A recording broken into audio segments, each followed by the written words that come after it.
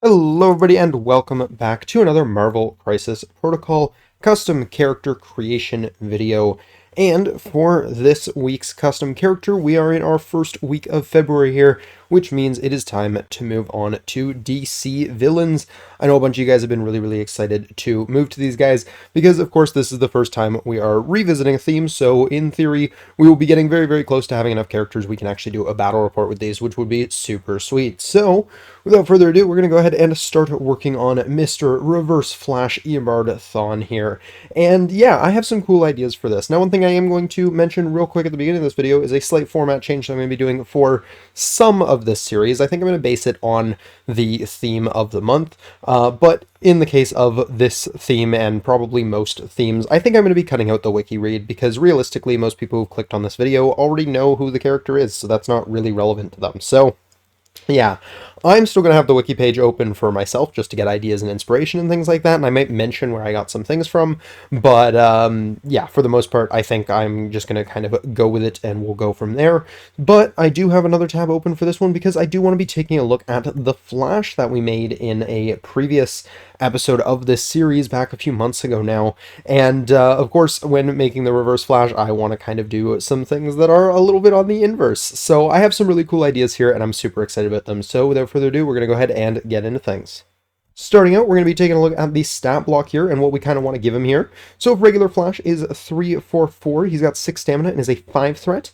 He's a long mover and is size 2. Alrighty, well, I think size 2 is going to make a lot of sense here as well. Whether or not we want to make him a 5 or if we want to make him less or more, we can kind of decide as we go. I think we'll kind of figure that out once we get there. But I think for movement, I think it's fair we give him a long as well. And I think 344 could make sense again, although I'm half tempted just to do the inverse and do 433 because I think it's kind of more on theme that way, and I like the idea of just kind of taking some of Flash's abilities and doing them in reverse. So, you know what, I think we're going to go with that, because I think it's more interesting. So he's going to be 433 there, and I am going to have him be at least 6 stamina on the front side. I think I might have made Flash a 6-7. Let me check that real quick. No, I made him a 6-6. Okay, so yeah, I think we'll do similar with the Thawne here. I think he'll probably be a 6-6, but his defenses are going to be a little bit different. In some ways weaker, in some ways better, because obviously physical is a very common attack type. So yeah, that's where we're going to go with basic stats. As for attacks, I am going to be giving him 3 attacks once again. The first one is going to be some form of strike. That is just kind of a given at this point. We're going to be doing something similar to what we did with Flash. I think I haven't really put too much thought into what I want to do with his builder, really. But basically, yeah, you know, Flash has, I kind of took some inspiration from Quicksilver of giving him a flurry, although I didn't put the Quicksilver limitation that it has to be someone else, and then the crit dash on it to give him an advance. I don't think I want the Reverse Flash to be quite as mobile, because Flash is supposed to be faster most of the time, so I don't want to make him quite as mobile. I might not do the dash, or I might do something different instead of the dash. I'm thinking of maybe even having it be a range 3, but he places within one of them or something like that. Could be interesting, or maybe he gets like an advance towards them or something like that. Could be neat. So something along those lines is kind of where I am leaning with that. And then I don't know how I feel about Flurry. I think maybe I make him hand out a condition or something instead. So yeah, I'm going to go ahead and figure out exactly what I'm doing for that, and we'll jump right back in. Alrighty, and there we have our basic strike for the Reverse Flash here. So it's going to be a range 3 5 dice physical attack, very similar to Flash's here, but it's going to be a little bit different. He's going to still have a builder on it, but it's going to have a Wild Pierce. I think that kind of fits Reverse Flash's fighting style a little bit more. It's a little bit more brutal, aggressive, very single target focused. I like the idea of that a little bit more, in my opinion, for Reverse Flash. And then after the attack is resolved, he's going to place himself within one of the target character. And yeah, I think that works pretty well. That feels fine enough for me. It's not necessarily the most exciting builder in the world, but I do think it's pretty good. I mean, range 3 on a long mover means turn 1, he has a decent chance of being able to use this, and then placing himself off of wherever the target was is also pretty good, and having a pierce means it's reasonably hard as well. So yeah, I definitely like this one. Next up, for his second attack, we're going to kind of do his version of the Thrown Lightning that the Flash has here. Basically, you know, his energy electrical attack here. So this is, of course, going to be an energy attack, and we're going to go ahead and call it Electro Blast, because that's what the name for it is on his no, not Wikipedia page, but his fandom page. So I thought it was a sick name. And yeah, we're gonna call it Electroblast, and I don't know if I want it to be the exact same thing. I actually kind of like the idea of it being like a shorter range sort of deal that's maybe more damage focused, whereas Flash is more utility here. So maybe making it more of a pseudo spender, like two, let's say maybe 2 cost, range 2, and then be like 7 dice with a wild shock, something like that feels like it could be interesting to me. And yeah, I think that just kind of works as like a nice little sort of mini spender. So yeah, I'll go ahead and word that out and we'll get right back to it. Alrighty, so there we have the Electro Blast. This is a range 2 7 dicer. It's going to cost him 2, and it's going to have that Wild Shock on it as well. And yeah, I know at first this kind of looks like it's a little probably overcosted compared to Flash, although I'm realizing Flash's is really, really good.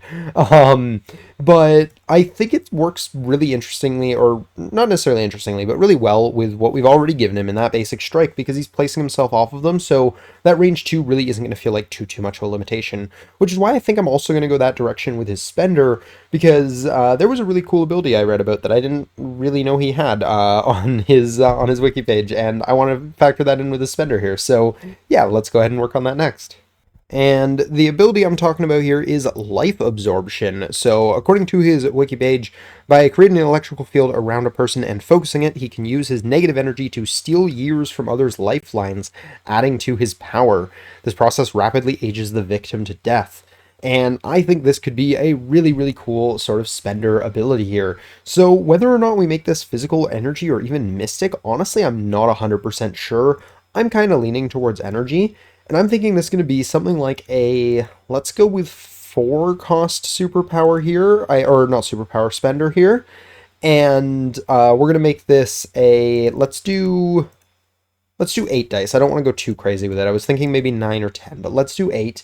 And I want this to have 2 main rules. The first one is going to be sap power. That's just going to be the standard for every wild you have. Take a power of theirs, give it to yourself. To kind of make sense. He's adding to his power.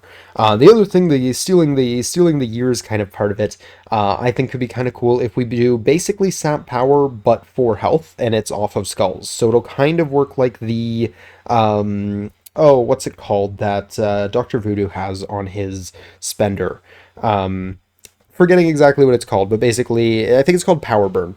It does a damage to you for each skull you roll, and or for each skull he rolled, or wild maybe. I don't remember exactly what it was. But it also like takes your power away. This will kind of work like both of those in one, and yeah, I think it'll be interesting. But in this case, it's going to heal Reverse Flash for every damage he does with those skulls. So he'll be able to use this to kind of heal up on for himself, which is going to be really important because I have some ideas for things that are going to potentially involve him taking damage to do things, because I think that works really cool with the idea of the negative speed force. So we're going to get into that in a second, but for now, I'm going to word out these 2 abilities, and we'll jump right back in. Alrighty, and there we have Life Absorption. So this is going to be a range 2, 8 dice energy attack. It's going to cost you 4 power, and it's going to have a sap power, and effectively a sap power for damage in the form of Drain Life. And yeah, I think this works really, really well. I think it's pretty cool for the character, and is probably worth spending power on, because you're going to be able to gain potentially a bunch of power and, of course, health back from the stack. So super down with that. And now, I think it's time to move on to some abilities. So, as far as abilities go, I have kind of 3 main things in mind, which is probably going to fill the rest of the card here. Of course, I am going to be giving him Healing Factor and Wall Crawler as well, because that just makes sense. He does have the ability to do those things, and, you know, Wall Crawling can also kind of capture phasing and stuff like that, so that works well for me, in my opinion. And, yeah, so the fastest man alive here being one of Flash's superpowers, letting him advance long. Yeah, we're just going to give him that. I think we're going to give him that exact superpower. It'll be interesting, because I think it might end up being more powerful on Reverse Flash. Well, no, Flash can already use it turn 1. It's going to be interesting. I think it'll be cool. Instead of Barry, what did you do this time, where Barry can modify his allies' dice? I think I want to give him a reverse of that, where he's modifying enemies' dice. I want to give him basically a Crimson Dynamo style reroll bubble. I think that works interestingly for me, so yeah, I'm going to give him basically the same thing that Crimson Dynamo has of rerolling your opposing character's attack dice, maybe even making it work on defense dice, although that feels kind of obnoxious, so probably just attack dice. And then for Speed Force, I do want to do something slightly different than this, because it is the negative Speed Force, and it is corruptive and poisonous, and it's kind of hurting him. So instead of him getting extra power in the power phase like Flash does, I'm going to give him the ability to pay for his superpowers using damage. And I think that'll be really, really interesting for him, because it'll mean he can do all of his superpowers for free, but he's gonna be dying very, very quickly if he is. And I think that works really well with him having this life absorption here and this ability to heal off of this. You're gonna have to kind of be careful how you play him, but if you really want, you can fastest man alive turn 1 for 0 power effectively. I mean, you might as well only take 1 damage for it. And you could play it safe, rely on your healing factor to heal back up, or you could play it a little bit riskier and you could use more superpowers and things like that. I don't think I'm going to let him do it for attacks. I think being able to throw out life absorption and potentially just heal it right back up is a little obnoxious. I think if I was allowing it for attacks, I have to make this 5 cost. So not going to do that. But yeah, I think it's going to be really cool. So I'm going to go ahead and word out all 3 of those now, because I think I've explained all of them pretty well. So we're going to go ahead and do that. Alrighty, so we went ahead and worded out those abilities there. So we have Professor Zoom. He immediately advances. That's supposed to say long, and it didn't, so let me fix that real quick. So as I was saying, he immediately advances long. This superpower can only be used once per turn. It does cost him 2, but again, he can just cut himself for 2 life to use that superpower. So he can do that turn 1, no problem. He could cut himself for 1 life and do it turn 1 and then heal up with healing factor. So that works really nicely for him. Kind of lets him keep up with Barry a little bit, but he does have to suffer a few more downsides than Barry to do so. Then he has It Was Me, Barry. When an enemy character within 4 targets an allied character with an attack, this character may use this superpower. It's going to cost him 2 power, and he can reroll up to 2 of the attacker's dice. So it's not quite like Crimson Dynamo, because Crimson Dynamo cares about where the ally is. He does care about where the enemy character is. But I made it range 4 to kind of make up for that and make it a little bit more reasonable for him to have a meaningful bubble, because we are going to be doing him on a small base here. And lastly, we have the negative Speed Force. This one I do think is really cool. When the character would spend power for a superpower, it may suffer up to 2 damage. Reduce the cost of that superpower by the amount of damage suffered. So he can make either of his superpowers free, because neither of them cost more than 2. And I think that's pretty neat and kind of on theme for Mr. Eobard here. And then, of course, the healing factor and wall crawler, as previously mentioned. Those are things that make sense for him to have. And yeah, I'm pretty happy with how he's come out here. We're going to go ahead and flip this over to the backside, and now we got to decide what threat he is.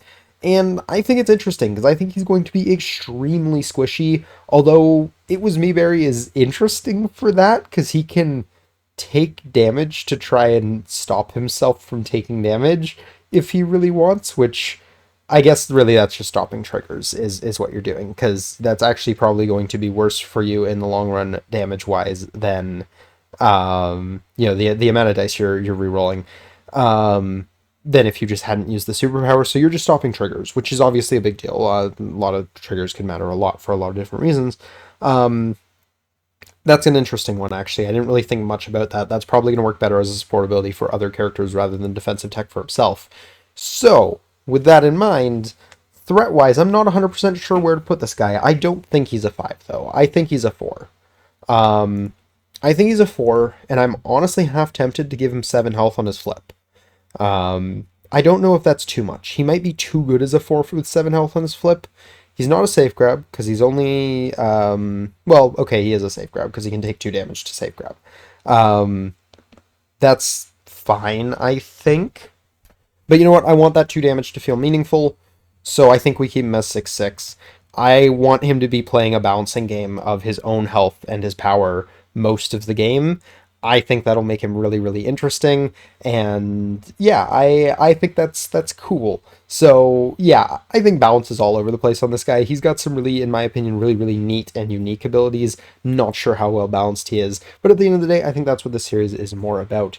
So yeah, I think that is going to do it for Mr. Reverse Flash here. I'm pretty happy with how he came out. I think he's cool. I think the fact that half of his abilities are kind of like the flashes in reverse are pretty neat. I definitely was kind of going for that idea with him, and I'm glad I was able to kind of think of things that, in my opinion, worked really, really well and kind of fit for the character. So yeah, super happy to see that kind of work out. But definitely let me know what you guys think down below. Do you guys think he's too strong, too weak? Would you guys have done different things differently or try to capture different sets of his abilities than what I tried to capture here? Always curious to hear your guys' thoughts, but I think that is going to do it for this one. So once more, I hope you guys have enjoyed. If you did, please do drop a like down below. Subscribe if you're new to the channel, helps me out a bunch, lets me know you guys are enjoying the stuff we are throwing out here. But otherwise, we're going to go ahead and call this one done. So until next time, have a great day, everybody. Peace.